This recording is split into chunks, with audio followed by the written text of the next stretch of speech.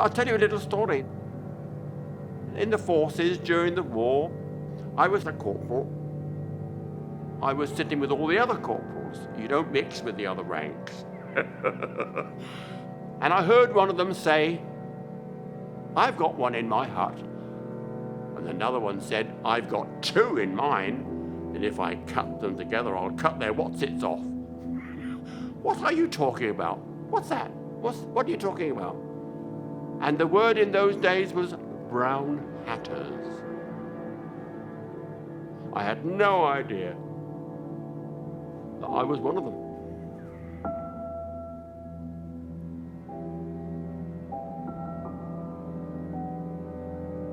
I was sublimating, I suppose you call it. At that time, I didn't want to be gay, and I tried not to be, because it was an abomination. I hated it. We were criminalized. But you have to learn to live a lie. When I reached the age of 36 or 7, I said to myself, "Oh dear, if I carry on like this, people are going to say to me," which they already were doing, "Why aren't you married? Have you got a girlfriend?" Oh dear, we've got to do something about that. Among my gay friends was a young lady. She used to like gay people. I think she felt safe. And then one day she asked me, would I marry her? She asked me. I said, "But you know I'm gay." But I said, I'm going to have to get married, and I can think of no one better than you. "Yes. But I promise you faithfully that if I do, I will do everything that any other man would do to make your life happy and successful." And I did, because that's what she deserves. She married a gay man, and that's so wonderful. I lived a complete lie. No one ever knew I was gay. It would have ruined my life. It would have ruined my business. That's what is wrong. How can you be criminalized for being born the way you are?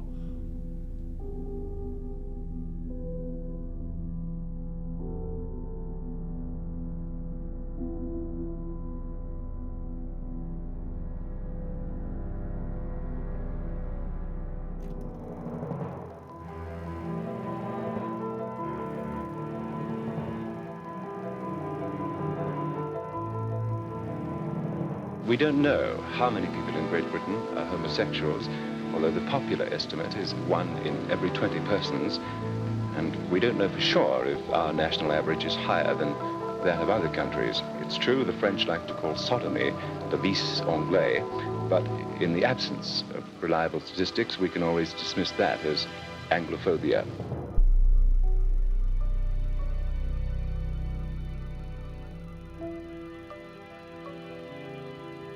I first came out in the 1960s, quite late, as was common then, at 25.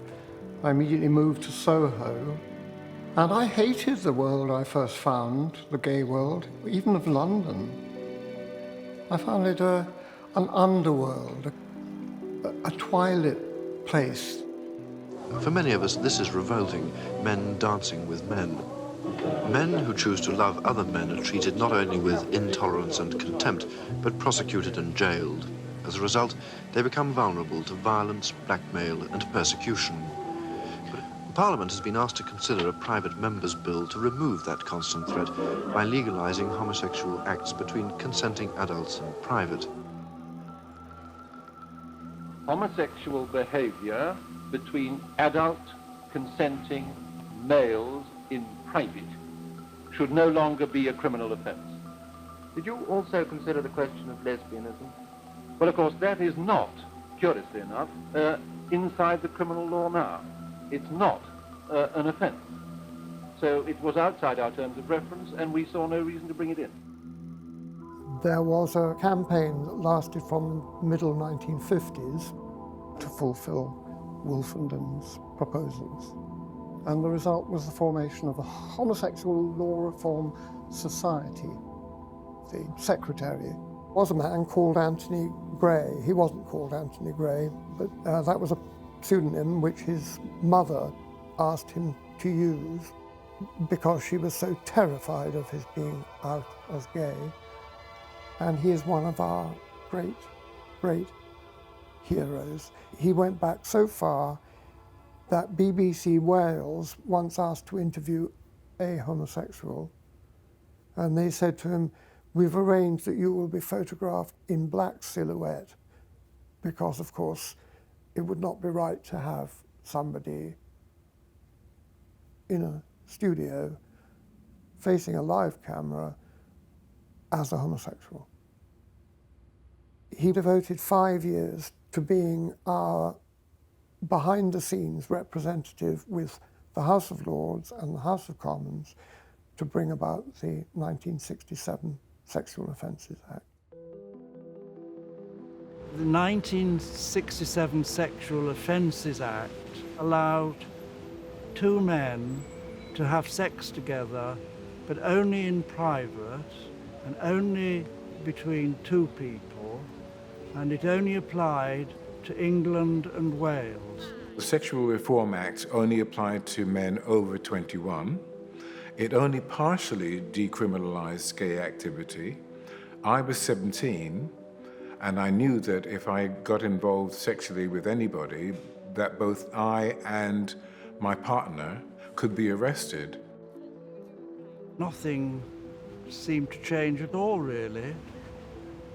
As soon as the law was changed, then the police thought they would get their own back on the legalization, and so the increase in arrests went up about fivefold. Buggery and gross indecency were often what people were arrested for, but there were other crimes which were soliciting for an immoral purpose if you tried to pick up another man, and sometimes the police operated as agents provocateurs outside pubs and clubs. There were the famous Beverly Sisters, two pretty policemen who used to haunt the gay bars around Earl's Court and would entice you to talk to them, ask them to come back to your place, and then bang, you were arrested. Behaviour likely to cause a breach of the peace might be kissing or holding hands together, and importuning, trying to pick someone up. Where was the freedom? They were using all sorts of Victorian bylaws to charge people with offences. The whole atmosphere was enough to be angry about, really.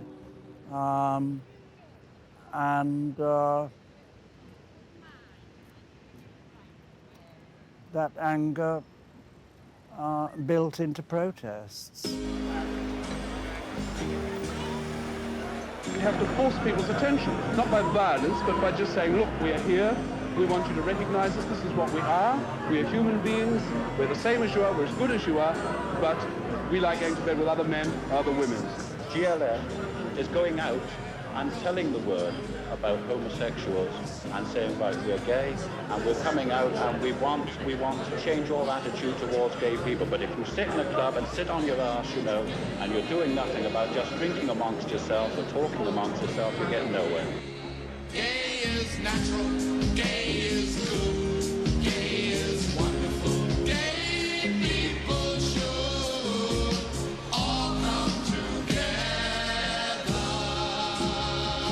and fight for our rights.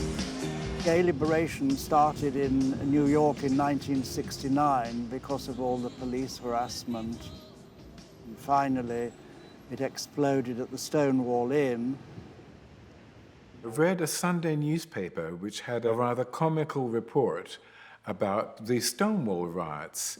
It said something along the lines of queens with their handbags fighting the police. It was very soon after Judy Garland had died, and apparently a lot of people were very upset. And being raided while crying over Judy Garland's death was, for some people, the last straw. It was the drag queens, mostly, and the black queens who had the most to lose when these places were raided, and they fought back. It was the first time I'd ever heard of gay people fighting back against oppression. Both Bob Mellors and Aubrey Waters were in America at that time. They'd both gone over because they'd heard rumors about gay liberation. And they met up at the Philadelphia People's Congress in 1970 when Huey P. Newton of the Black Panthers invited gay liberation and the women's movement into the revolutionary ranks alongside the Black Panthers. An astonishing moment. These two students came back, started Gay Liberation Front, British style, at the London School of Economics in October 1970. After seeing GLF in New York, I realised how dreadful all the clubs and pubs in London are, and that there can be something which is a lot better. This need for GLF was just there, and it just took, someone to start it. My boyfriend Mark, through our social life, got to know somebody called Bob Mellors, and Bob was one of the people who'd come back from New York after Stonewall, and they were all in Notting Hill, and I was, to be perfectly honest, I was rather worried. I thought, what the hell's going on here? Who's this Bob everyone's talking about? Mark especially talking about. So my motive, to be perfectly honest, of getting involved in gay politics in the very first instance was sexual jealousy, pure and simple. It wasn't virtue, it wasn't revolutionary zeal. Within about a month, dozens of people were coming into a room that was booked at the London School of Economics. Within 2 months, hundreds were coming. Before GLF, I was I was really leading a double life. I thought I was the only gay person under the sun. It was just a lovely, lovely atmosphere there, and went in, just thought, my goodness, all these are sort of gay people. They're lesbians and gays. Good heavens, all of them.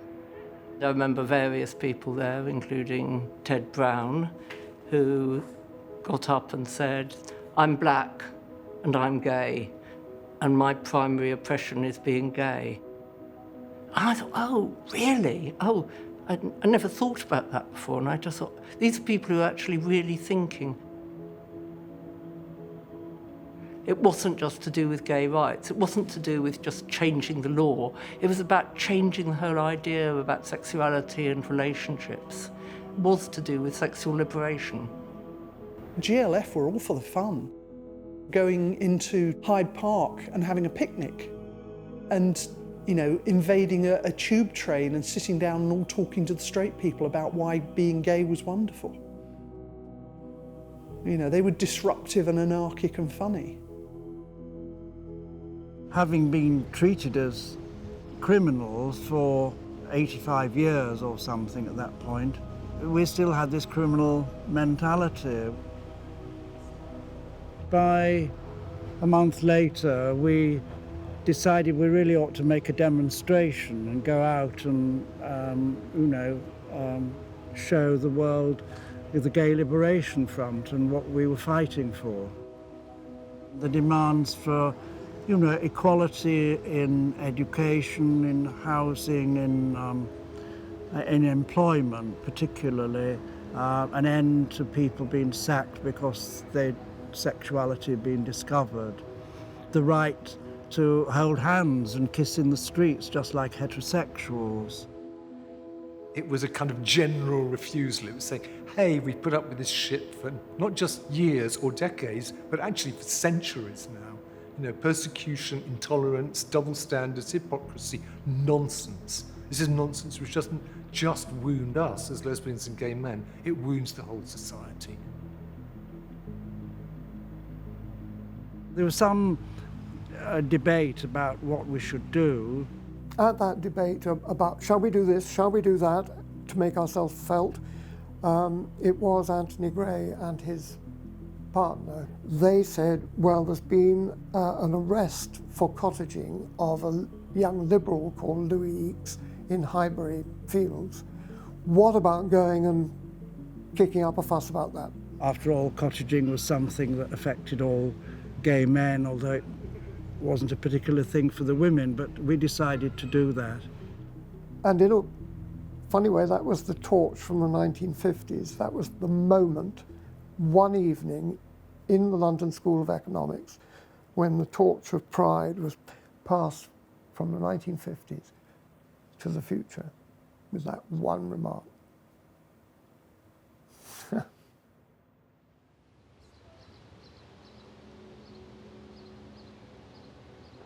We lit candles and we marched up here into the fields and found the loo and started chanting, you know, gay is good, and give us a G, give us an A, give us a Y, what does that spell, gay, what's gay, good.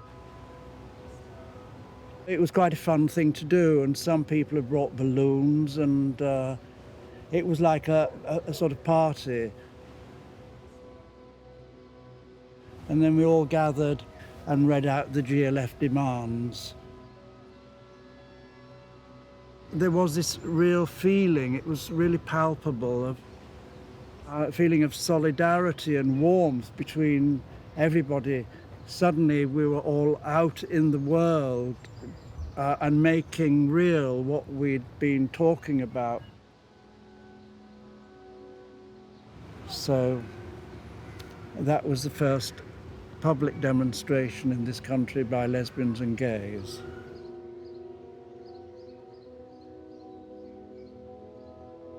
Looking back, it was like a gentle way into protesting. It was like, you know, putting your toe in the water for the first time. It had changed us in a way. For a moment, we were running things. We had been condemned to the twilight and the night. And from 1970 onwards, we reclaimed the daylight.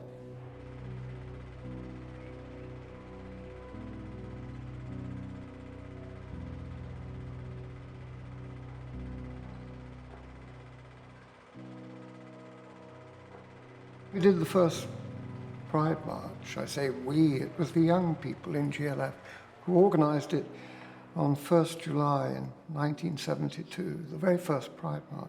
Which went from, I believe, Hyde Park along Oxford Street down to Trafalgar Square. And it was a march because we were protesting and asserting ourselves. This was the first time, really, that lesbians and gays, and indeed transvestites and transsexuals, who were also included in GLF, actually went out in the daytime, in the sunshine, and said, we're here. We didn't know if we were going to get beaten up and attacked or arrested by the police. It was just an explosion of energy, just all these people who were incredibly talented, and suddenly there was a way to express it. The whole idea of coming out was basically a GLF invention. Out and proud became part of our slogans. There was masses and masses of police looking rather hostile, and lots and lots of tourists looking extremely puzzled. There wasn't any outright hostility that I remember, but we danced around and we gave them leaflets and we had fun. So it was very serious in a way, Pride, but it was also a fun occasion. The straight world was looking on, was having to listen.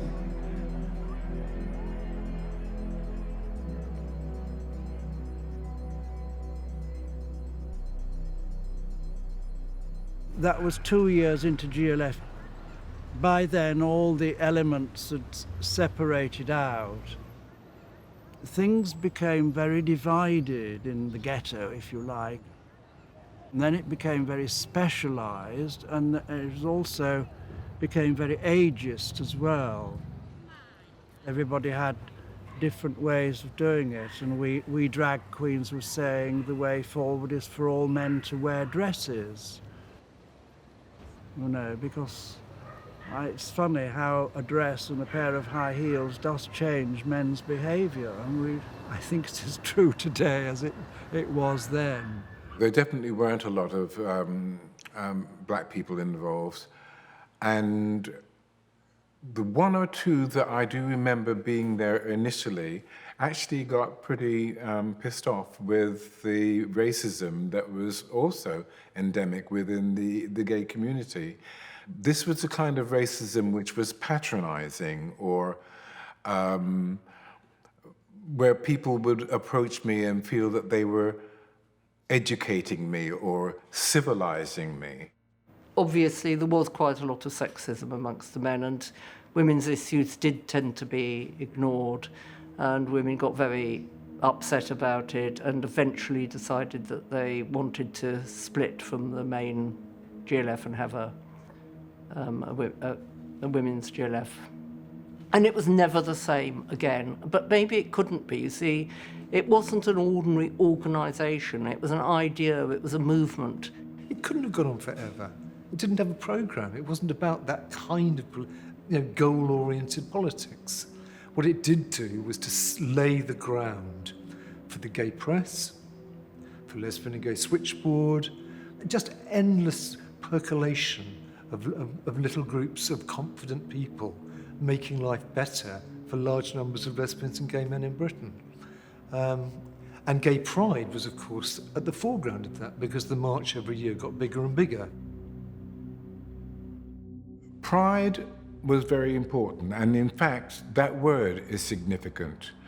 And I think the reason was it's the direct opposite of shame. Pride, it's more than just a parade, and it's more than just one city.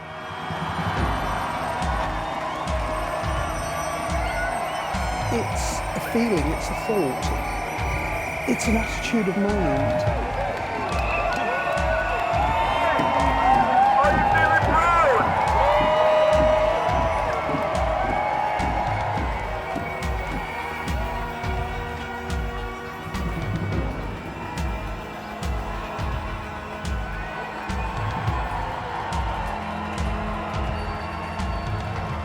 It's a huge, great beacon for those who are in smaller communities, minority communities who don't get that everyday exposure to the LGBT community. What's happening? Happy Pride, everybody! Happy Pride! Black Pride! Black Pride! Black's being hard, being gay is being hard, imagine being black and gay. It's difficult. Like a day where we can all just like connect and understand that. Pride is a precious, precious thing, whilst at the same time getting stronger and stronger and bigger and bigger.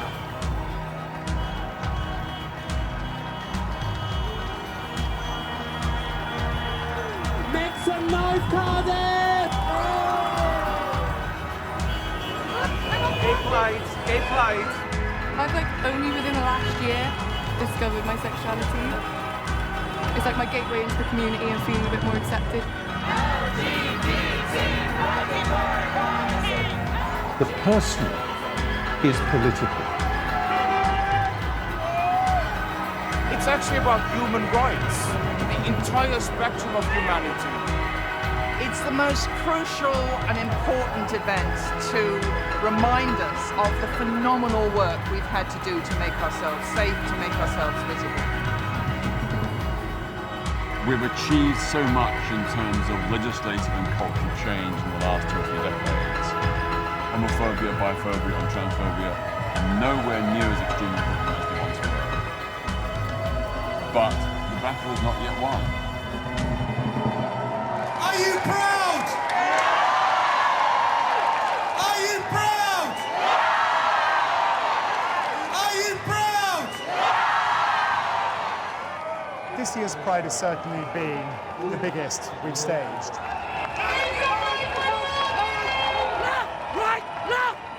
We've gone from 15,000 people on the parade in 2013, doubled it in 2014, 40,000 people in 2015. This year we had 25,000 people just with wristbands and many, many more filling in the back of the parade. We try and keep London free for people to attend, and that's a difficult thing to manage. You know, it's about £800,000 to put this thing on. And our volunteers are brilliant.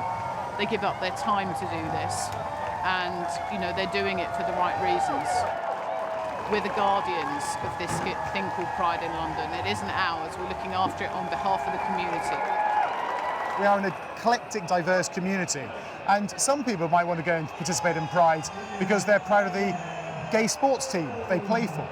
Other people will want to campaign specifically for gay rights in a country like Uganda. Others will want to actually be here saying, do you know what, I'm able to be myself at work. For the first time ever, I'm with a company that enables me to be me. When NHS England kind of threw PrEP out of the whole process for being commissioned, every HIV charity, NGO, clinicians, a lot of researchers and actual clinic staff very visibly united for PrEP, which is actually our hashtag United for PrEP, and we marched for access to PrEP. So an incredibly monumentous moment. There is a lot of reasons to participate in Pride. Still, I'm here because I come from a Muslim background, as an example. Turkey has just banned it this weekend. So many other parts of the world, people still get shot for it or incarcerated.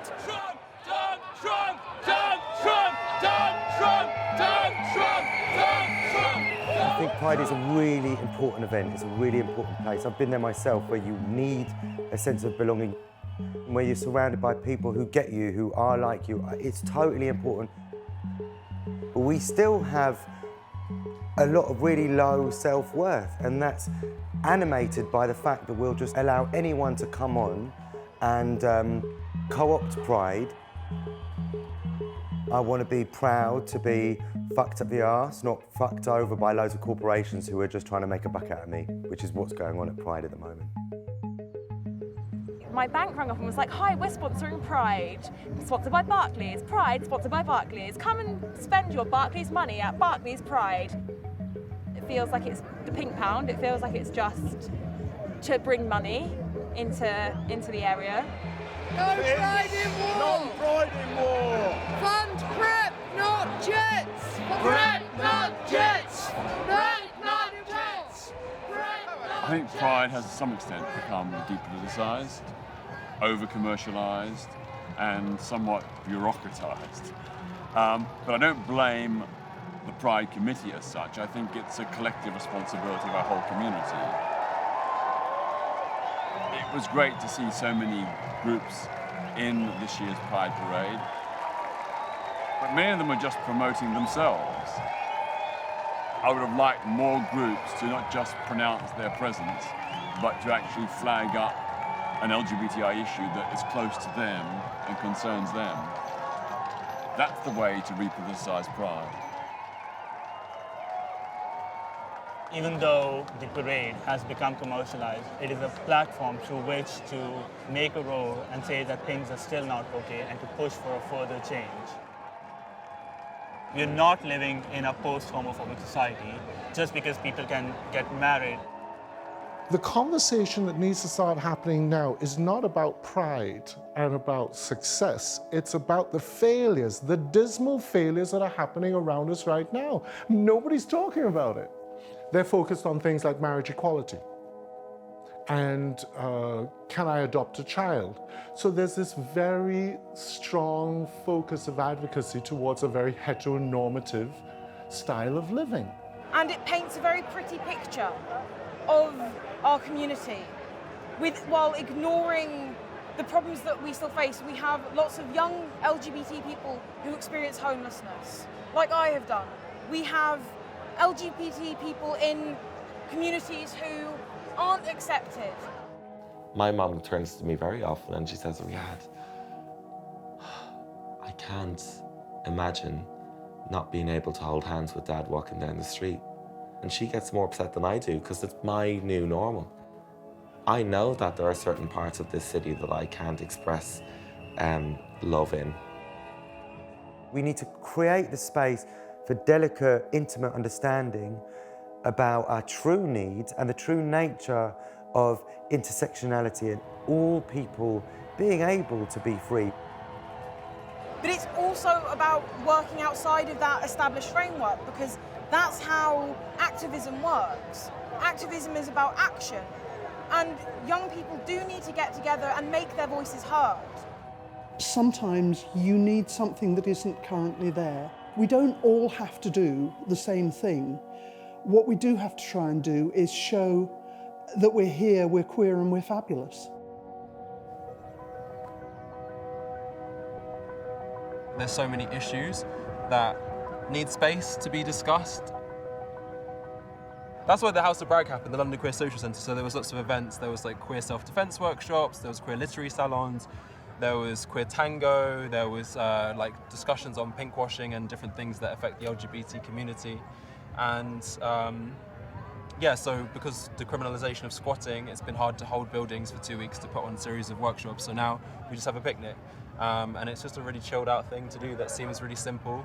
This is the first thing that's really felt like it's been for us. Last year I wasn't very well and I couldn't come to this event, but I was so behind it when I saw it. I was like, yes, this is what I want from Pride. This is what I thought Pride should be. And coming here, I feel proud to be here. I look around and these are people who I want to be around. This is the community I want. Thank you so much for coming. This is our 5th year, 5 years of Trans Pride. Give it up for Trans Pride!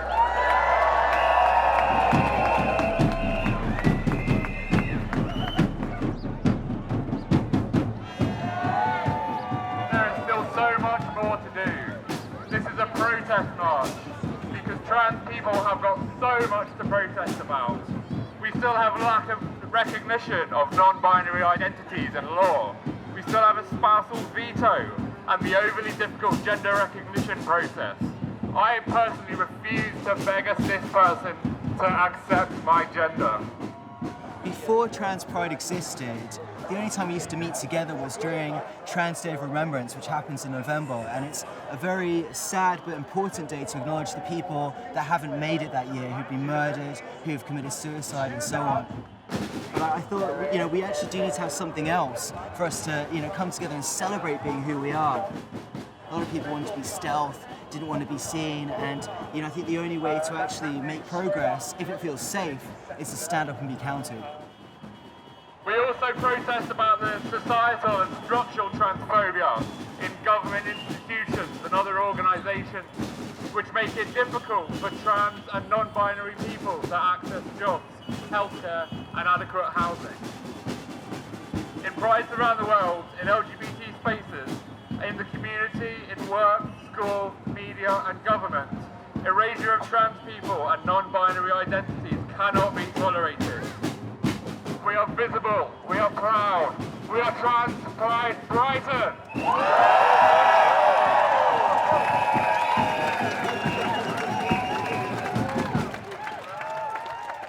Trans Pride is different because it's talking about gender rather than sexuality. It's quite challenging to LGBT people because if gender is on a spectrum, then homosexuality doesn't really exist because it can only exist in a binary. So when it comes down to it, it's just two people or maybe three or whatever loving each other, it's nothing to do with sexuality, and sexuality is redundant.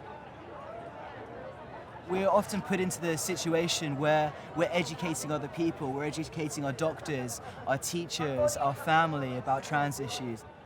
My mum's literally been phoned up before with one of the workers at my school saying that you should stop Joe from transitioning, it's just a phase. But the students are really bad as well. We have a pretty transphobic school.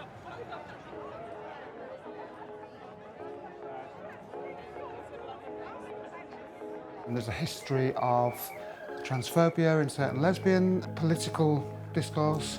There's a history of transphobia from some trans men. Trans people themselves can be very unhelpful, very hierarchical and you know, post-op and pre-op and authenticity or inauthenticity. But transgender issues are being more widely discussed and more widely understood or misunderstood, but certainly more widely they're out there. But there's such a long way for trans people to go that there are real battles to be fought, and that's not a good thing, but it's a very focusing thing. So there are real issues that people can hang a pride around and make it mean something. It's people in our community that just don't feel comfortable being out there, especially people who are visibly trans, who don't have passing privilege. We're reaching the really vulnerable members of our community, and we need to reach beyond that as well. People who feel uncomfortable about being here, people who are at the start of their transitions, people of colour, people with disabilities and so on. So we're getting a little more nuanced with that, and we don't just want to protect certain members of our community, we want to protect all members of our community. So events like this, I think, really help with that. I'm appealing to our white trans siblings and allies who are here. Please help take away the onus of educating people about cultural appropriation. Your black and brown siblings are tired from justifying their existence.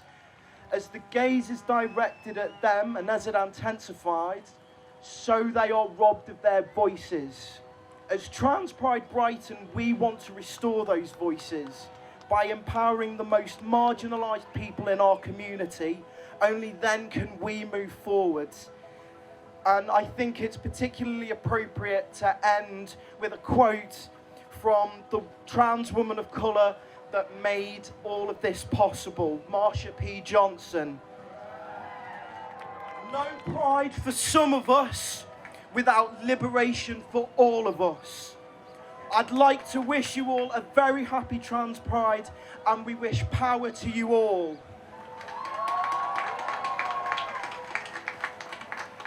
The test of a true democracy is how well it protects the rights of its minorities. And so all minority interests must be protected, and there must also be room for them to be able to celebrate and express themselves.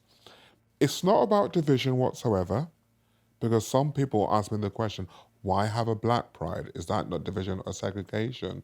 No, it's not, because there are issues that affect black, gay, lesbian, trans, bisexual, and queer people that are different.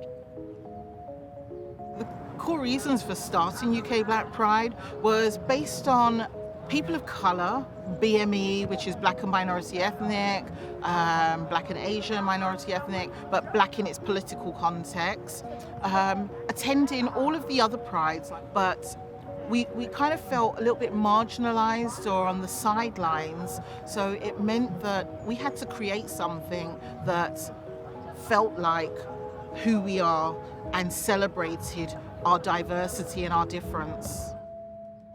Yo!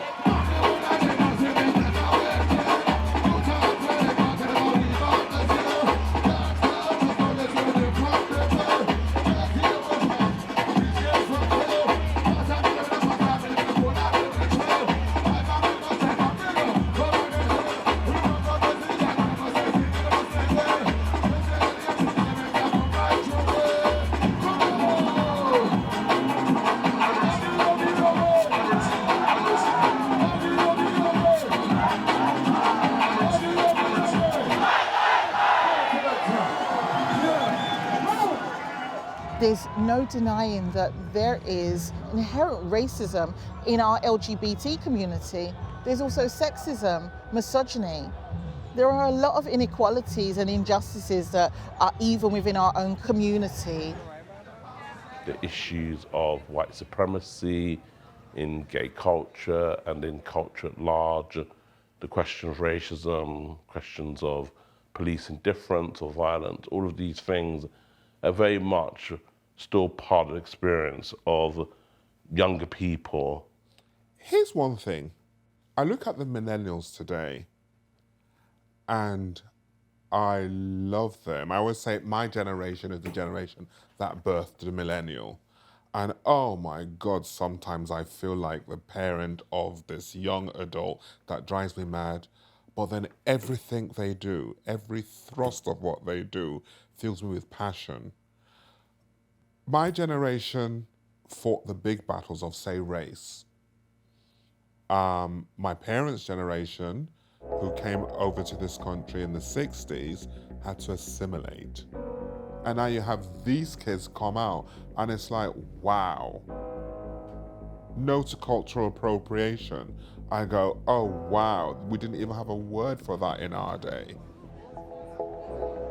People need to get to grips with the fact that they're frightened to talk about some of the issues that they perceive as dividing us. So, you know, you get white people who are just so worried about talking about race that they won't even mention that somebody's black. They'll go, oh yeah, the tall one in the pink shirt, she was here earlier, and you think, hello, you know, why are you so frightened to even just mention the colour, let alone actually talking about the issues of race? And I think that that's a shame. We can't get on if we can't talk about things as simple as that.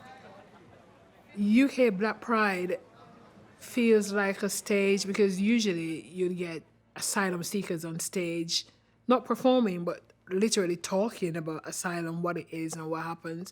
You have disabled people on stage talking about their issues. So there is a lot of the politics, a lot of people get to talk about what they're going through at the same time when there's an air of celebration and there's an air of let us all do this together. You can't actually separate or divorce who you are, and that's about the intersectionality of who we are as people. So as a very proud black out lesbian woman who has many different facets to what makes me up, I can't just talk about my race without talking about my gender. I can't talk about my gender without talking about my sexual orientation. Can't talk about my sexual orientation without talking about a possible hidden disability. So all of these need to come together so that we can challenge, we can talk about it all. And we call out our oppressor. We can't talk about being marginalized as LGBT people, yet still LGBT people are doing some of the oppressing themselves. If we don't check ourselves, it's very easy to step in the shoes of the oppressor because we do not want to be oppressed. I think it's essential that we, ordinary people, and Pride at large, see all struggles as connected. One of the biggest issues that I found we struggle with as a community is how we treat ourselves. We're meant to be in this together. Let's lift each other up, not drag each other down. I'm here with LGBT Plus Against Islamophobia. I think it's important we're here out saying that we're against any scapegoating of Muslims because, like us, they are a targeted community. We've been attacked before and we understand that kind of pain that hurts, so I think it's important that we don't, through the fight for our rights, attack others as well. I think that's always been an important part of progressive LGBT politics and progressive LGBT trade unionism. And that importance of solidarity, not us all defending each other, really important. As important trade union value. Unity is strength and we support each other. An injury to one is an injury to all. Don't let the mining community in South Wales. The group started off in July after Gay Pride so that one community could give solidarity to the other, right? It was really illogical. When you think about it, it's quite illogical to actually say, well, I'm gay and I'm into defending the gay community, but I don't care about anything else. It's ludicrous. It's important that if you're defending communities, that you also defend all communities and not just one.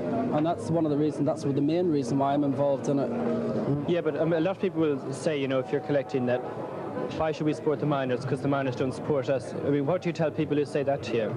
Well, I mean, what do you mean when you say the miners don't support us? The miners dig coal, which creates fuel, which actually makes electricity.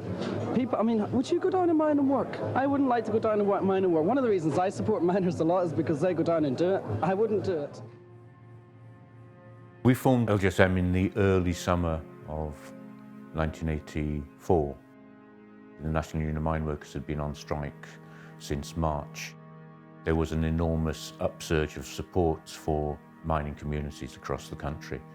People were horrified by a government which was quite deliberately starving people back to work. This government is trying to break the miners because they're the strongest union. And if they can break the miners, then they can really clamp down on everybody else, and everybody else will have even less power than they had before.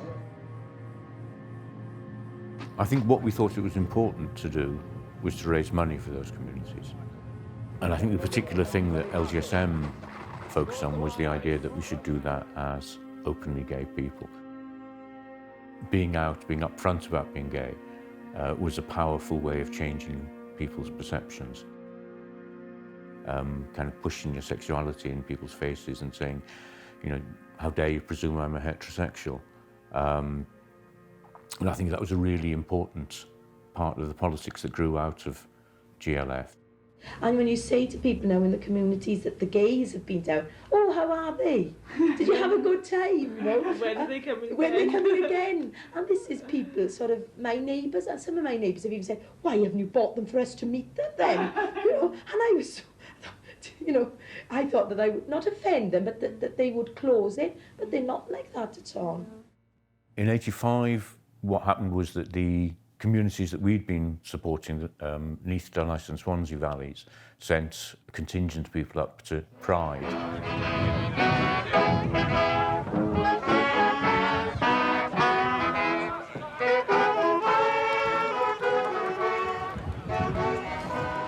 And the '85 march was led by miners. There were people from the 3 pits that we'd been supporting from those communities. So it made it more inclusive. It changed the nature of the event.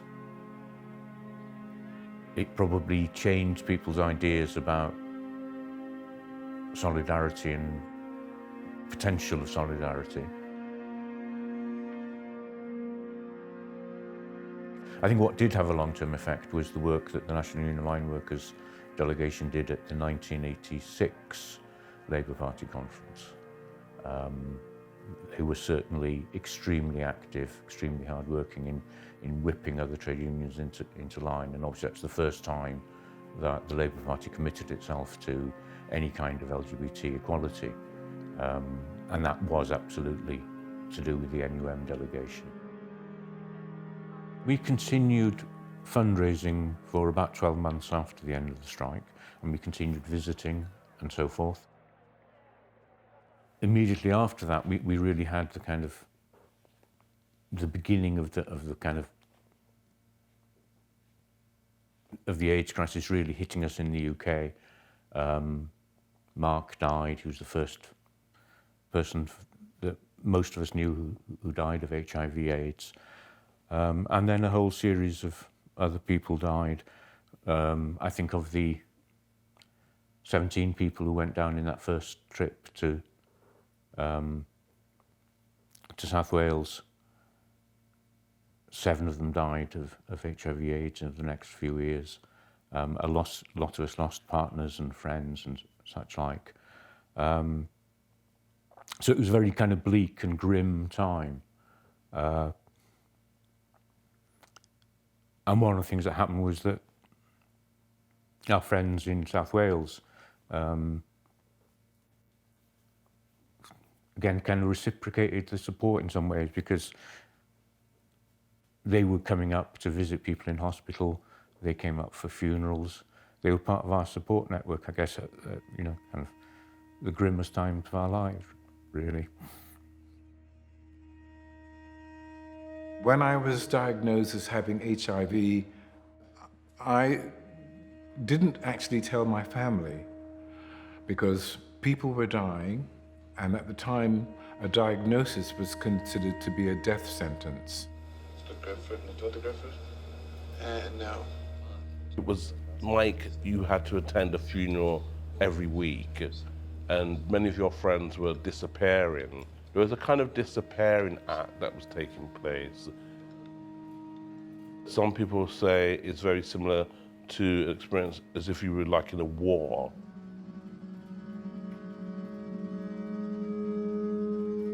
There's a coterie of my friends who resorted to drugs, and then I would say there was another set of friends who retreated.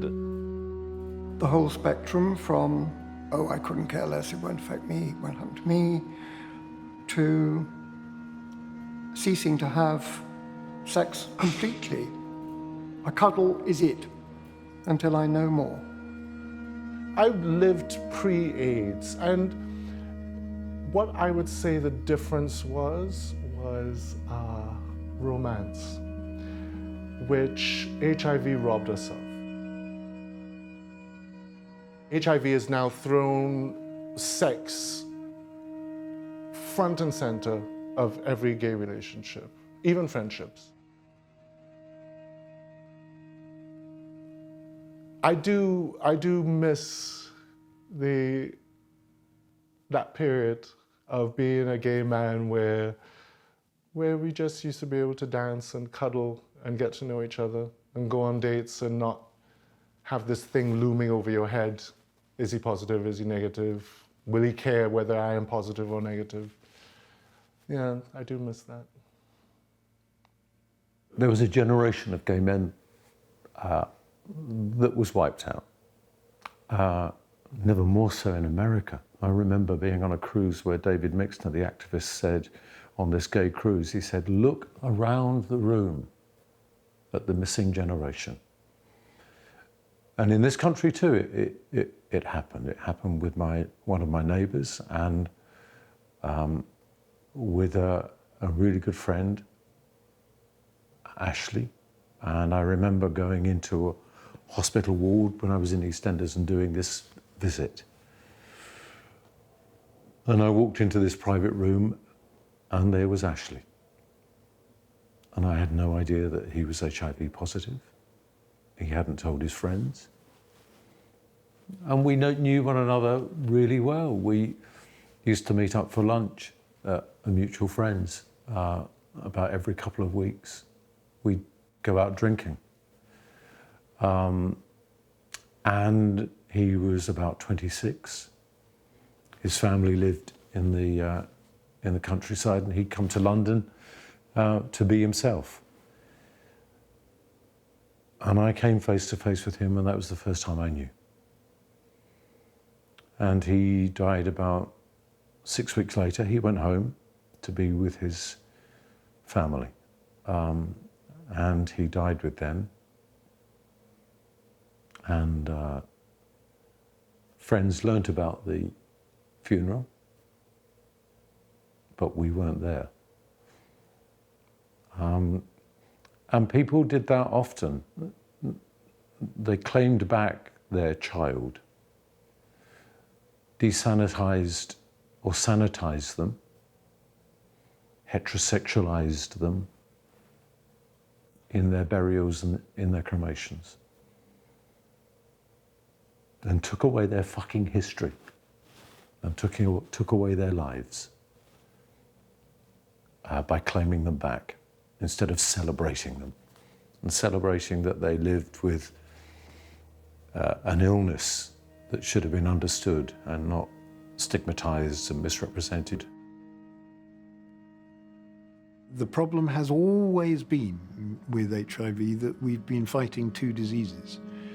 We've been fighting the disease that the HIV virus brings, and we've been fighting the stigma and prejudice that has surrounded it ever since it first emerged. Gays and lesbians were public enemy number one. The right-wing press really demonized gay people. It just never ended. It went on and on and on and on and on, and it was a terrible, terrible time. And certainly, I was, my teenage years at that time, and so when I realised I was gay, I tried to push it all down. I tried to say, well, make it go away. Pat has lost the feeling in his lower limbs from his feet basically to the upper part of his trunk. The response to the epidemic in this country came mainly from people who already had a sense of self-help community politics. Nobody's going to do this for us. We have to try and do this for ourselves as best we can. Switchboard was the one institution which came out of gay liberation and pride, which was the most important. We were the only 24-hour switchboard globally. And when our calls got such, both to the medical level that we couldn't cope with them, but also numerically where we couldn't cope with them, the women on switchboard were just as supportive as the setting up of the, firstly, THT, the Terence Higgins Trust, and then later the National AIDS Helpline and various other things that came out of that. Lesbians were always completely supportive of gay men's battle with the blame culture that surrounded AIDS and HIV. It galvanized us to really think about sort of creative ways of being able to create a kind of attention that would give a certain style to the way in which we wanted to bring to political attention what we saw as these injustices. Various organizations such as Outrage and ACT UP were formed, and they were very, very influential in getting the issue of AIDS and to help people dying from this terrible disease.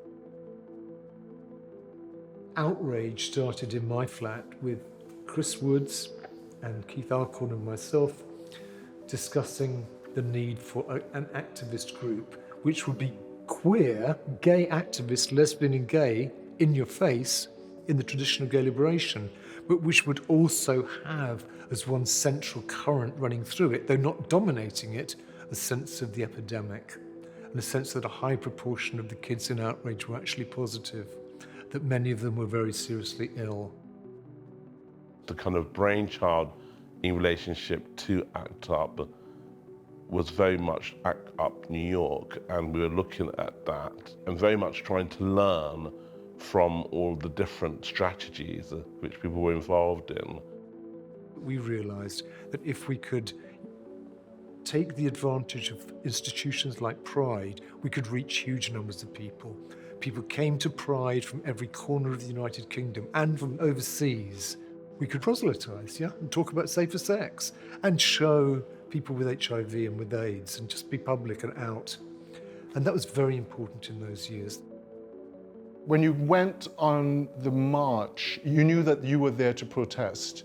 You knew you were there to be angry, you know? This was not about having fun.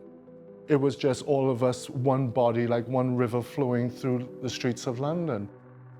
And one of the things that did was stop people from thinking of gays as just having an entertaining time marching down the roads, and showed that we really had guts and grit, and that we could stand our ground and really push for our rights and for our safety. Because we must remember, human rights and civil liberties are never encased in steel and cement to protect them. They actually stand upon a bed of sand, and that bed of sand can be very gently and unknowingly eroded, and then the whole lot comes tumbling down. And if you don't believe me, whoever thought in 1988, on the back of a crisis affecting gay and bisexual men, HIV, that a law would come in that sought to repress and restrict? Children who need to be taught to respect traditional moral values are being taught that they have an inalienable right to be gay. All of those children are being cheated of a sound start in life. Yes, cheated.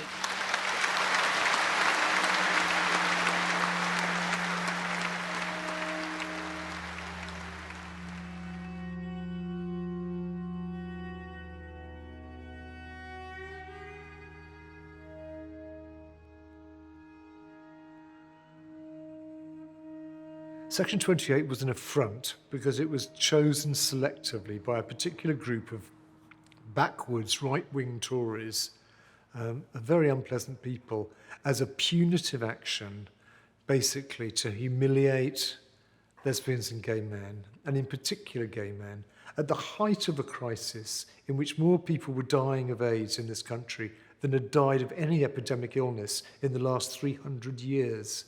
At the height of that epidemic, with tens of thousands of young men ill and dying, these awful people come in and tell us that our relationships are not real, that these are pretend family relationships. They were disgusting people. They were animals. You know, I shouldn't call people animals. It's a terrible thing to do. But they were really evil people. And it was impossible not to be angry. My anger from that period speaks through now. I mean, you can hear it in my voice. I forget even myself, to be honest, how angry I was, and therefore how angry we were. Section 28 was really saying, no way can you be public, no way can you be talked about in schools, no way can your relationships flourish. Obviously the authorities thought it would dampen down lesbians and gays coming out. But the fact that it was such a reactionary piece of legislation actually resulted in people coming out much more and being much more active. And coming here, I have a really strong visual memory of a meeting when we were all, you know, kind of up in arms and talking about how we were going to march because we weren't going to accept it.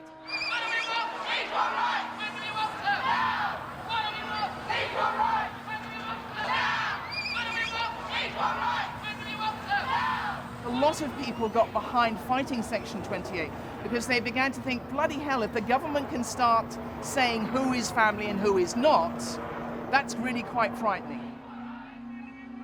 The campaign against Section 28 was brilliant in that people who weren't lesbian, gay, bisexual or trans recognised that it was about them too, that it was about censorship,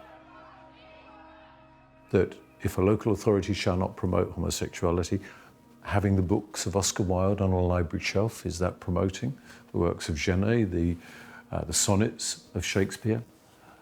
Could those works be performed in a local authority theatre?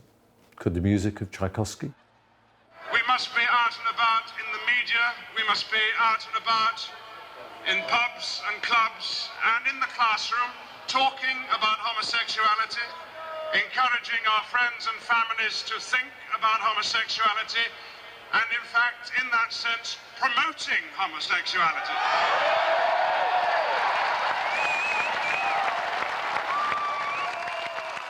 There were the most wonderful, amazing, creative ways of challenging it. I was very boring and doing all the writing for the Lords. And then you had those amazing women who abseiled down in the House of Commons and then went on to the 6 o'clock news, I mean, and then kidnapped a bus and painted it pink. I mean, wonderfully exciting, creative ways to protest, which gather people's imagination and make people realise we can fight back. But actually, it didn't stop it. It didn't alter it. We thought that by just getting out on the streets and marching, we would automatically convert enough people to our cause. We were unbelievably naive. So we decided, a group of us came together and said, right, we've got to make sure another Section 28 never happens again.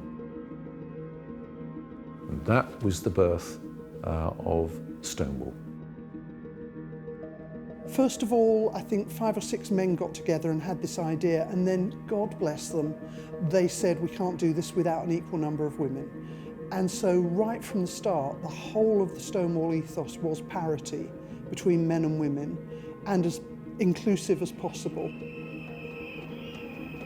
But at the same time, there was outrage, which Peter Tatchell was fronting. They took direct action. Stonewall lobbied, talked to politicians, won the arguments for change.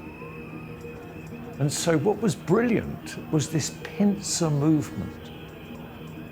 The direct action were forcing these politicians and these church people into our arms, where we welcomed them and we talked to them and we changed their minds. And if they didn't want to work with us, then they had to face outrage. Interestingly enough, in England and Wales, we never ever had any prosecutions under Section 28. But masses of things happened, or didn't happen, I should say, because of self-censorship. So teachers in front of a class with the issue of homosexuality coming up would be nervous about talking about it at all, because would they be in breach of Section 28?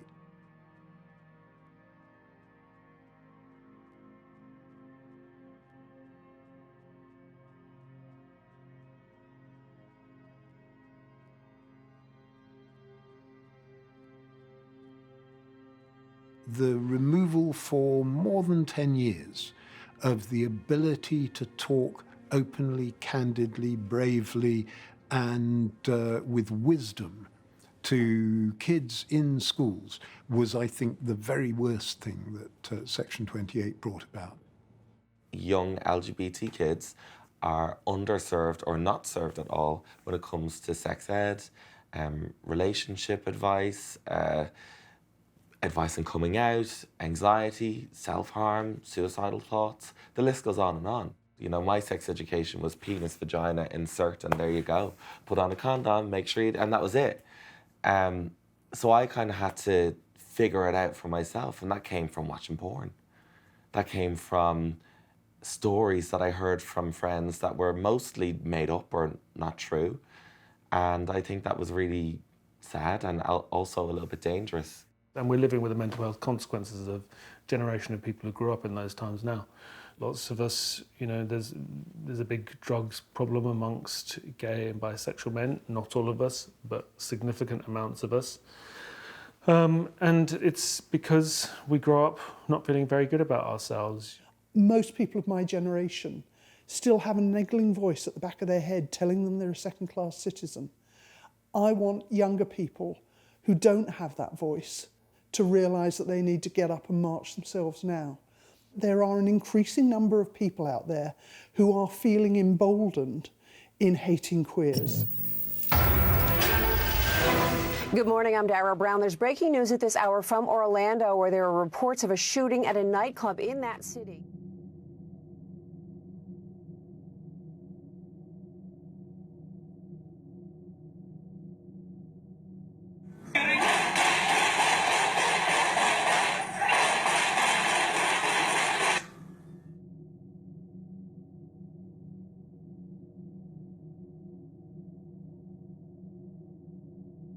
America is just now coming to grips with what unfolded here in the early morning hours here in Orlando, a massacre at a gay nightclub, and at the center of it all, a lone gunman who, in the middle of that massacre, called 911 to pledge allegiance to ISIS.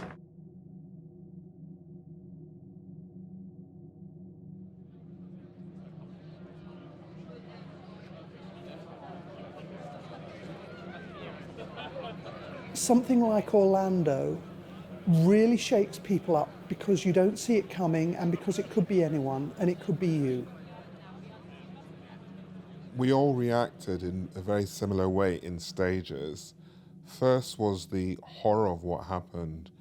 I remember being at home on the Sunday, and as the news was developing and becoming more and more apparent, going through the shock of it all, and then the numbness of feeling helpless because we were quite a few thousand miles away, and then understanding the magnitude. And this happened to the LGBTQ community. And then that shock and numbness turned into rage. And then a friend of mine just said to me, we should do something, a vigil or something. And I went, yeah, you're absolutely right.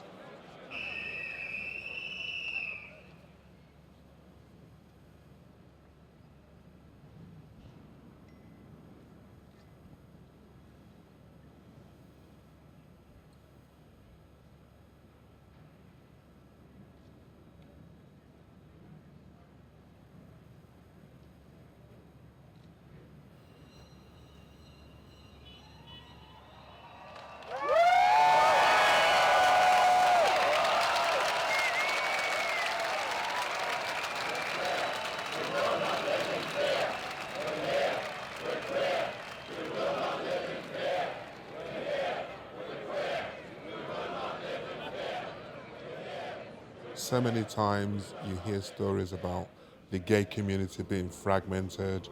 They no longer have a conscience. By standing in the numbers that stood, made us realize we were one, of one mind, of one intention, of one thrust. We will not allow for the reversal of all the rights that so many people have spent years to fight for. We are not going to be bombed back into the closet. That's a force, and it's an untapped force, and we just need to harness and unleash it.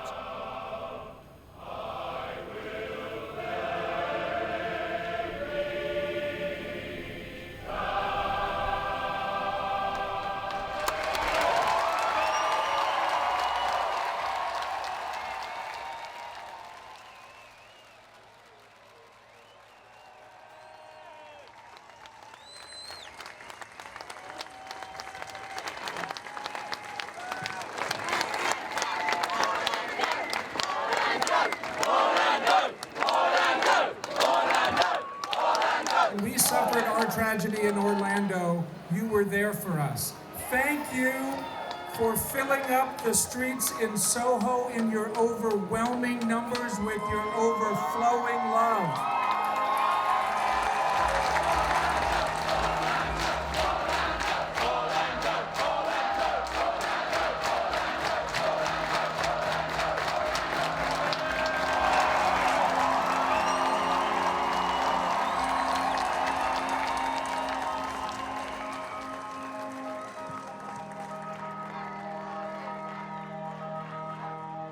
Something like Orlando acts as a beacon for us to have a wider understanding of the struggles of the LGBT community, and it acts as a rallying point for us to do something about it.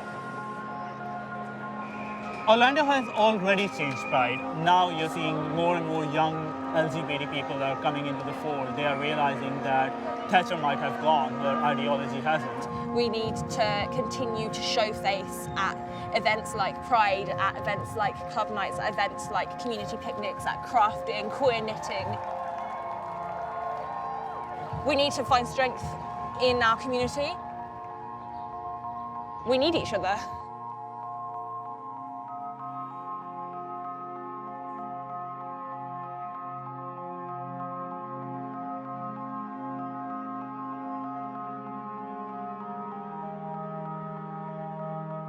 In tiny Honduras last year, 37 LGBTI activists were assassinated by right-wing death squads. We never heard a peep from hardly anyone about that. For 10 years in Iraq, there was a mass slaughter of LGBTI people who were being hunted down by Islamist militias and executed in the most gruesome way. We never saw a comparable outpouring of grief and anger at those horrendous massacres. So I'm just saying, let's get things in perspective. Terrorist outrages and assassinations are appalling wherever they happen, but it's just that those that happen in the West seem to get much greater coverage and sympathy than those that happen in developing countries to people who aren't white. And I think there's a subtle sort of racism there at work, not an intentional racism, but a de facto racism. In fact, the Orlando attack, people have already been trying to erase the fact that it was people of colour who were killed and just try and make it an issue about the LGBT community. If it was an issue about the LGBT community, we would care more about what's happening in Jamaica, or what's happening in Nigeria, or what's happening in Iran, or Saudi Arabia, or lots of these places. The minute you mention racial identity among the people who died, then you have to ask a question of whether or not certain queer people are more vulnerable to political violence than other queer people. And that's not really a discussion that people want to have, in addition to the discussion of queer people being vulnerable to violence at all. They didn't even focus on that at all. What they focused on was the fact that this was a terrorist who and like treated it as a terrorist attack. And therefore, the same story we see all the time. Islamophobia, xenophobia just came rushing into the tabloids and disregarding the identities of these people. Me and my friends instantly were just like, we need to do something and speak for our people. It was a really beautiful vigil. Like, it wasn't big like the Soho one, but you know, we had our moment, we had our space.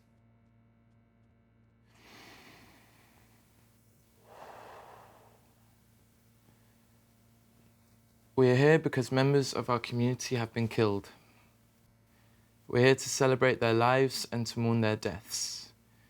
We have been told that the Orlando massacre is a tragedy for the gay community. And we are here to say that the Orlando massacre is a tragedy for the LGBTQ, queer, Latin American, Black and brown communities. We are here because we will not let these identities be erased. We will not stand for the whitewashing of the people whose lives were cut short at Pulse nightclub in Orlando, Florida. A scene so close to home, I can almost see it. A group of Latinx queers getting ready to dance to some bachata or perhaps some reggaeton. Empanadas for dinner. Making sure you have enough cologne on. Getting ready to go into a space where you can be yourself, where there are people who look like you and love like you and speak your language, a place you can feel safe. In the words of Gloria and Saldua, perhaps like me, you are tired of suffering and talking about suffering. Estás hasta el pescuezo de sufrimiento de contar las lluvias de sangre, pero no las lluvias de flores. You're up to your neck with suffering, of counting the rains of blood, but not the rains of flowers. We're here because this massacre was not an isolated incident. We are here because we know that we live in a society where some lives are considered more disposable than others. This is reflected in the fact that 70% of anti-LGBTQ murders are people of color. Most of these trans women of color. We are here because there was a very similar attack to the one in Orlando, Negueba in Veracruz, Mexico last month, in which at least 5 people died. We are here because these things happen every single day. We're here to stand against Islamophobia. We're here because we are stronger together. Estamos aquí por las mamás de los fallecidos, por las abuelas y las tías y los padres y los abuelos. We are here for the brothers and sisters and siblings, blood and chosen of those who died. We are here to heal, to exist with each other in a world that is killing us, to remind each other that we are not alone, that we survive and thrive, and although we are hurting, we will get through this. We are here to sit with our pain and our rage, and to let the fire in our bellies grow into a flame that will burn brightly, angrily, that will consume us in a way so intense that the only thing left to do will be to explode. We are here to explode together. Estamos aquí para lamentar. Estamos aquí para vivir. We are here because we have to be.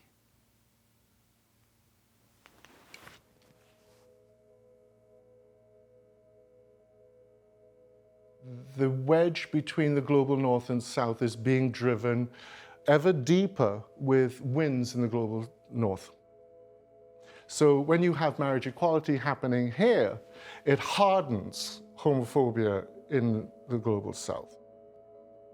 It's been a slow domino effect with Russia and Chechnya, Haiti, Indonesia, numerous countries just slowly crawling back into a legislated criminalization of LGBT people. We need to start having bigger conversations and more global conversations about how activism happens on a global scale. There are over 74 million LGBT people who live in countries that criminalize them. What Britain needs to be aware of is that Britain exported these homophobic laws across 3/4 of the planet. 3/4 of the planet. So out of 72 countries that still criminalize today, over 50% are former British colonies. Britain has a vested interest in helping to dismantle these laws.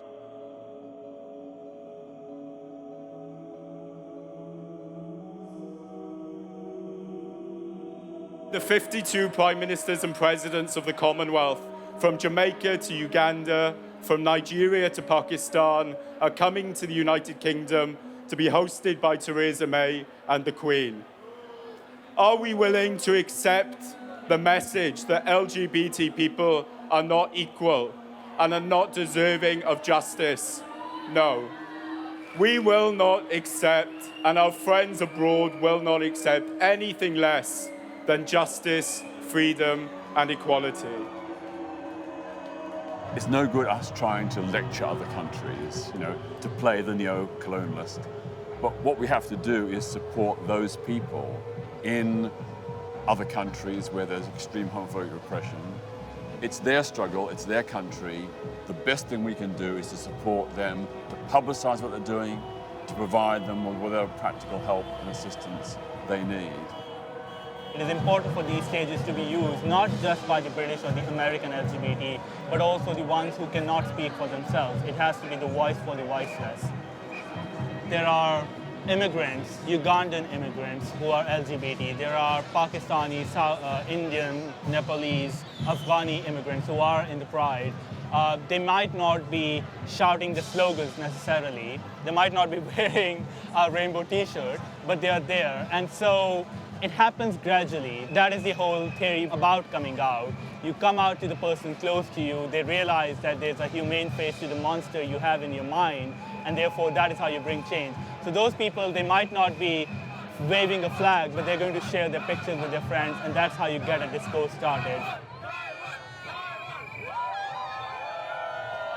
I've got friends in Uganda, I've got friends in Russia who look to London Pride and are like, I wish we could have that. How do you do it? How did it start? What can we do to make it happen in our community? So therefore it is inspiring for the global community. On the flip side, ask a lesbian in Palestine if they're truly free. Ask someone who's being thrown off a building in Syria if they're truly free. Ask someone in Iraq if they're truly free. They're not. They're fleeing persecution because of what Britain done. They come to Britain if they don't die in the Mediterranean on the way and get locked up. We are at Peckham, ready to march on our second ever Peckham Pride through Rye Lane. Peckham Pride is basically a pride march, but it is linking the issues of fighting for immigrant rights, fighting against detention, against immigration raids and racist harassment from the Home Office.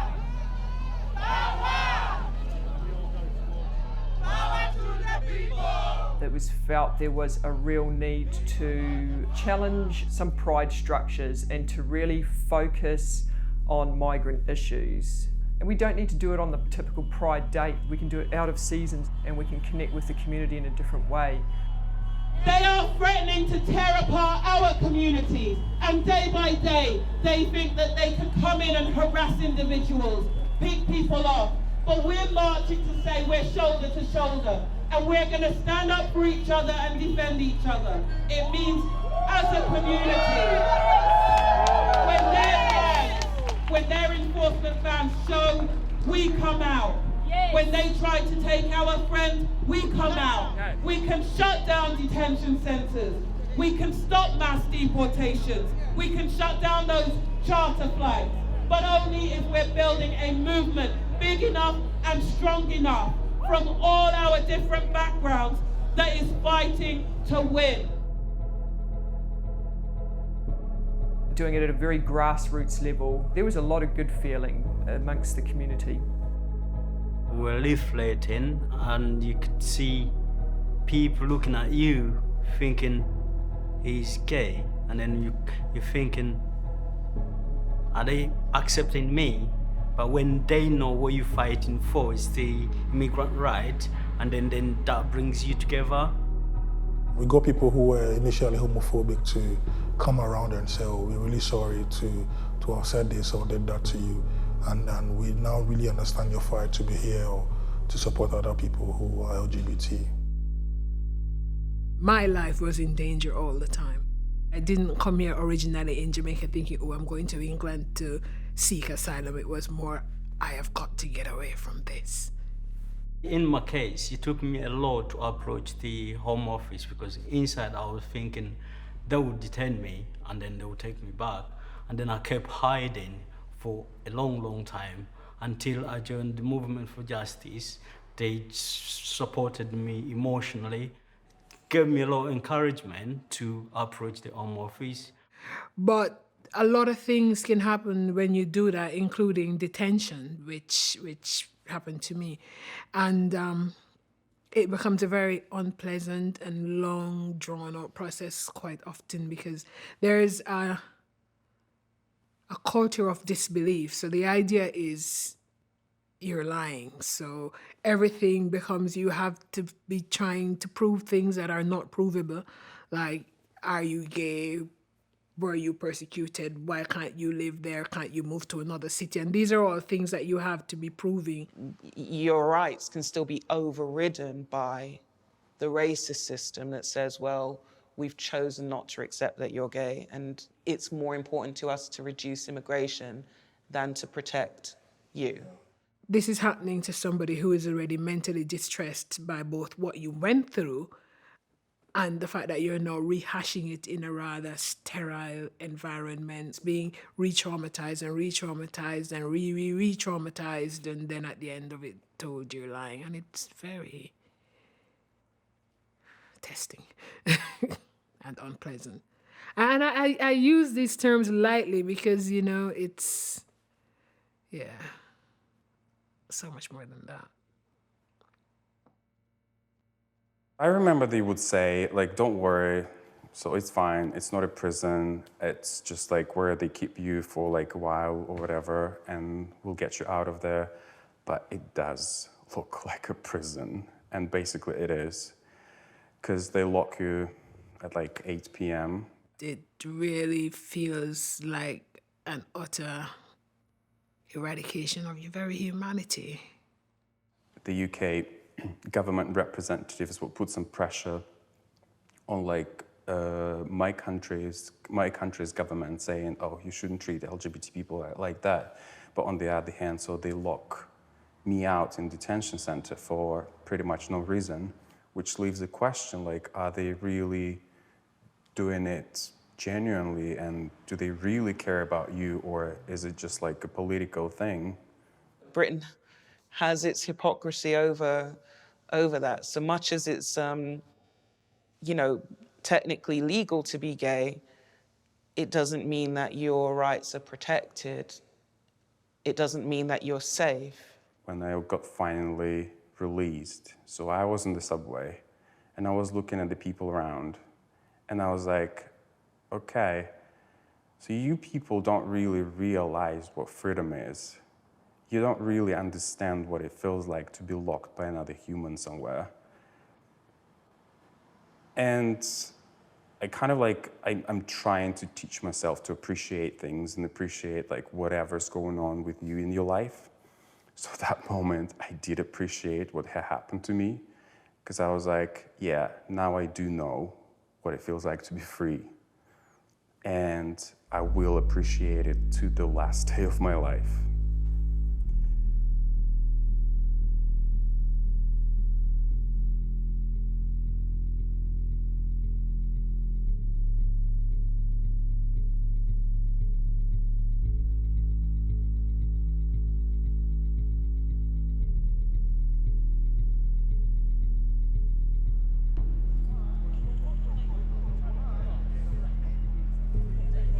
And everybody knows London Pride is like the biggest pride, and it's a world event as well. It's not just a London event. And there's just no way that we aren't taking part in Pride. In the hostile environment, as an asylum seeker, you're not allowed to work a job. So there is no way that you can pay to be on Pride. It's okay to have a party, but partying in ignorance is really dangerous. There is so much discrimination, so much violence against queer people happening globally and happening here as well. Our job is to show people that there is a politics going on and that there's a fight that you can join. The fight has to continue. The fight's not over. And if that means taking over the front of Pride and jumping over a barrier, it's not a problem. It's not a big deal at all.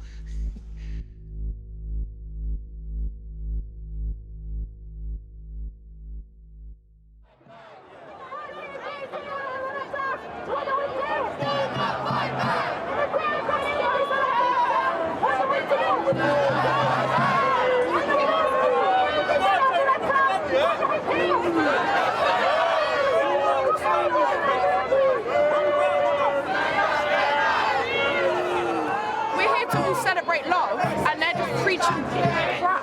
I'm here for love. Uneducated! Yeah, like you're talking about this, but not this. Yeah, this is all right. We're all here for love. The thing is, criminalise it. Yeah, like we're all here for one thing, and they've come here to come and demonstrate something that nobody is here for.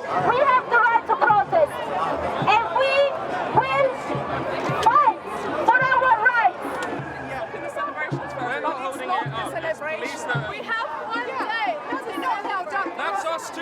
We have one day to celebrate. Coming down the road. Yeah, they're coming. They're still going to come. You're not going to miss your ride.